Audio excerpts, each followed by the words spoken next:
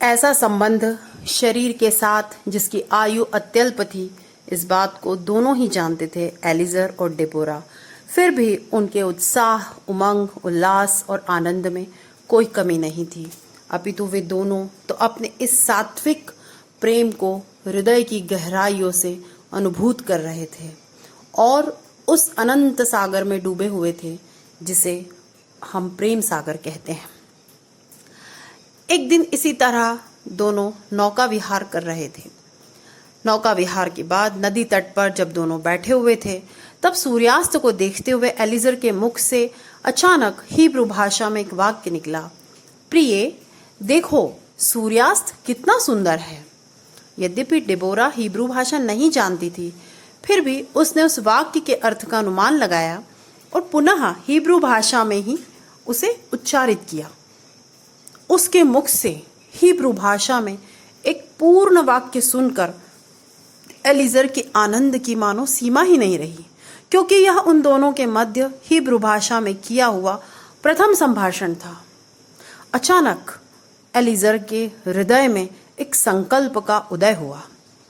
उसने इज़राइल देश की दिशा में अपना मुंह किया और डेबोरा का हाथ पकड़ा और उसे कहा कि देखो प्रिय डेबोरा, वही हमारे पूर्वजों की भूमि है जहाँ पे उन्होंने जीवन गुजारा। उसी पवित्र देश में जॉर्डन नदी के किनारे 2000 वर्षों के बाद जन्म प्राप्त करने वाले प्रथम हिब्रू मातृभाषी शिशु की माता तुम बनोगी। हिब्रू मातृभाषा बोलने वाली प्रथम माता के रूप में तुम्हारी ख्याति होगी। एलिज़र को इस तरह भाव विह्वल देखकर डेबोरा ने उसे हिलाया और स्मरण दिलाया, प्रिय आप जानते हैं ना, अभी तक हमारा विवाह संपन्न नहीं हुआ है। एलिज़र मानो नींद से जागा। उसने डेबोरा को विश्वासपूर्वक कहा, हाँ हाँ मुझे स्मरण है, कैरो नगर जाकर सबसे पहला काम हम यही करेंगे। यह सुनकर डेबोरा की चिंता समाप्त हुई। शीघ्र ही वे कैरो नगर पहुंचे, एलिज़र, डेबोरा और तहशिनकोफ। दूसरे ही दिन एलिज़र बिना किसी पूर्व सूचना के धर्मशाला के उस कमरे में ही एक यहूदी पुरोहित को ले आया। उसके साथ उसकी पत्नी भी थी। उन दोनों को देखकर तहशिनकोफ और डेबोरा आश्चर्य में भर गए, किंतु उन्होंने पूछा नहीं कि एलिज़र इन्हें क्यों लाया है। तत्काल एलिज़र ने डेबोरा का हाथ पकड़ा और हिब्रू भाषा में एक वाक्य बोला। डेबोरा एलिज़र को देख ही रही थी। तब तक यहूदी पुरोहित ने कहा कि देखिए, यहूदी संप्रदाय के अनुसार 2 साक्षियों के सामने शुद्ध रूप से उच्चारित एकमात्र यह वाक्य आप दोनों का विवाह संपन्न करता है और आपके इस विवाह के साक्षी मैं, मेरी पत्नी और आपका मित्र तहशिनकोफ, हम तीनों हैं। तो बधाई, आपका विवाह संपन्न हुआ। आइए अब हम मिलकर भोजन करें और विवाह का मंगल उत्सव मनाएं। डेबोरा अवाक थी, क्योंकि जिस क्षण की प्रतीक्षा वह न जाने कितने दिनों से कर रही थी, वह क्षण इस तरह से उसके जीवन में अकस्मात घटित हो जाएगा, ऐसा तो उसने सोचा भी नहीं था। किंतु आखिर यह सब सत्य ही था, इसीलिए उसे विश्वास करना ही पड़ा और वह आश्चर्य और प्रसन्नता के मिश्रित भावों से एलिज़र को निर्निमेष देखती ही रही। कैरो नगर से नौका द्वारा प्रस्थान करके वे तीनों सबसे पहले जाफ्फा नगर पहुंचे, जहां से उन्हें जेरूसलेम जाना था। यद्यपि जेरूसलेम वहां से बहुत दूर नहीं था, फिर भी उस समय सुविधाओं के अभाव के कारण उतनी दूर जाने में भी बहुत समय लगता था। स्थानीय लोगों की सलाह मानते हुए रात्रि में वे वहीं रुके तथा अगले दिन घोड़ा गाड़ी से आगे की यात्रा आरंभ की। डेबोरा बहुत थक चुकी थी, किंतु एलिज़र गाड़ीवान के साथ स्नेहपूर्वक वार्तालाप कर रहा था। एलिज़र का वाक चातुर्य ऐसा था कि यात्रा समाप्ति के पहले ही गाड़ी चलाने वाला हाई जैकब उनका परम मित्र बन गया और आगे हिब्रू भाषा के पुनरुत्थान अभियान में उसने महत्वपूर्ण भूमिका भी निभाई। जब गाड़ी जेरूसलेम पहुंची तब तक सुबह हो चुकी थी। नगर के मार्गों पर नागरिकों का आवागमन शुरू हो चुका था। इस प्रकार आने जाने वाले लोगों में बहुत से अरबी लोग दिखाई दे रहे थे। मार्ग गंदे और दुर्गंध युक्त थे, पर एलीजर का मन भाव विभोर हो रहा था। वह सोच रहा था, हमारे पूर्वजों का, यहूदियों का यह परम पवित्र नगर है। उनके चरणों की धूल के कारण यहाँ की अंगुली मात्र भूमि भी पवित्र है। यहाँ की रज का कण कण पवित्र है। और इस प्रकार की भावनाओं में भरा हुआ वह चलता ही जा रहा था और उसके नेत्रों से आंसू बहते ही जा रहे थे। जेरूसलेम में एलीजर का फ्रमकिन नामक एक ही व्यक्ति परिचित था, जिसने अपनी पत्रिका में एलीजर का लेख प्रकाशित किया था। किसी तरह एलीजर ने उसका घर ढूंढा और वे सब वहां पहुंचे। फ्रमकिन ने उन सब का हार्दिक स्वागत किया। एलीजर के लेख के विषय में लंबी बातचीत हुई। इसके बाद एलीजर की भावी योजना क्या है, इसके बारे में उसने पूछा।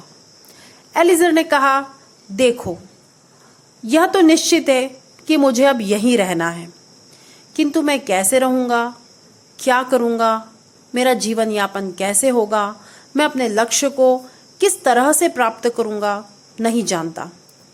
मेरे पास एक सोने के सिक्के के अलावा कुछ भी नहीं है। मुझे शीघ्र ही नौकरी और आवास की आवश्यकता है। विशाल हृदय वाले फ्रमकिन ने उसी दिन एलीजर को अपनी पत्रिका का उपसंपादक नियुक्त कर दिया। जब तक व्यवस्था नहीं होती तब तक अपने घर में रहने के लिए एलीजर के परिवार को निमंत्रण भी दे दिया। एलीजर की समस्याओं का तात्कालिक निवारण तो हो गया, किंतु 5 दिनों में ही यह अनुभव हुआ कि फ्रमकिन की पत्नी के साथ डेबोरा का सामंजस्य होना सरल नहीं है।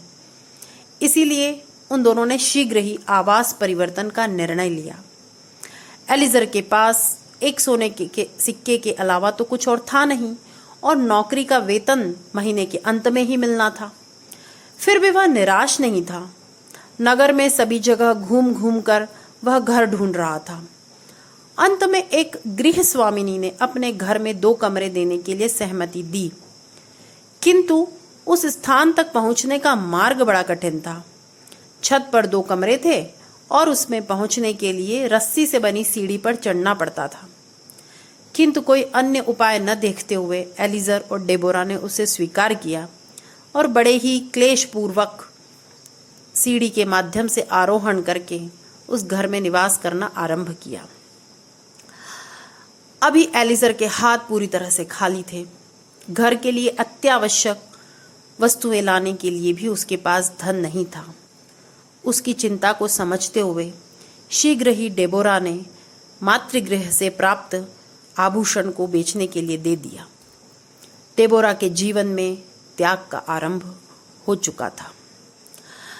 दूसरे दिन एलीजर जब कार्यालय गया तब डेबोरा ने सबसे पहले घर को साफ किया। उसके बाद उसे याद आया कि दिन के भोजन के लिए घर पर कुछ नहीं है। कहीं से बिस्किट इत्यादि खरीद कर लाना चाहिए, ऐसा उसने सोचा। पिता के घर में वैभव में पली बड़ी डेबोरा घरेलू कार्यों से पूर्णतः अपरिचित थी, इसलिए किसी के मार्गदर्शन की आवश्यकता उसे अनुभूत हुई। ऐसा सोचकर पड़ोस में स्थित एक घर में वह गई और गृहिणी को उसने पुकारा। कुतूहल से गृहिणी बाहर आई। उसे नमस्कार कर डेबोरा ने अपना परिचय दिया और कहा, बहन, मुझे बिस्किट खरीदना है। खाद्य वस्तुएं कहाँ मिलती है, यह आप मुझे कृपया बताइए। गृहिणी ने विस्मय से डेबोरा को देखा और बोली, बहन, यहूदी महिलाएं कभी बिस्किट इत्यादि नहीं खरीदती, बल्कि अपना भोजन स्वयं बनाती है। डेबोरा बोली, ठीक है बहन, मैं वैसा ही करूंगी, किंतु मैं तो भोजन बनाना जानती ही नहीं। क्या आप मुझे सिखाएंगी? महिला ने कहा, नहीं, न केवल मैं बल्कि कोई अन्य यहूदी महिला भी तुम्हें कुछ नहीं सिखाएंगी। डेबोरा ने पूछा, क्यों? तब वह महिला बोली, जब तक तुम पूरी तरह यहूदियों की तरह व्यवहार नहीं करती, कोई भी महिला तुम्हें भोजन बनाना नहीं सिखाएगी। कोई यहूदी महिला घर के अंदर भी इस तरह से नहीं रहती, बालों को बिना ढककर, और न ही इस तरह के कपड़े पहनती है। पहले कपड़े से बालों को ढको, यहूदी स्त्रियों जैसे वस्त्र पहनो, तब मैं तुम्हें भोजन बनाना सिखाऊंगी।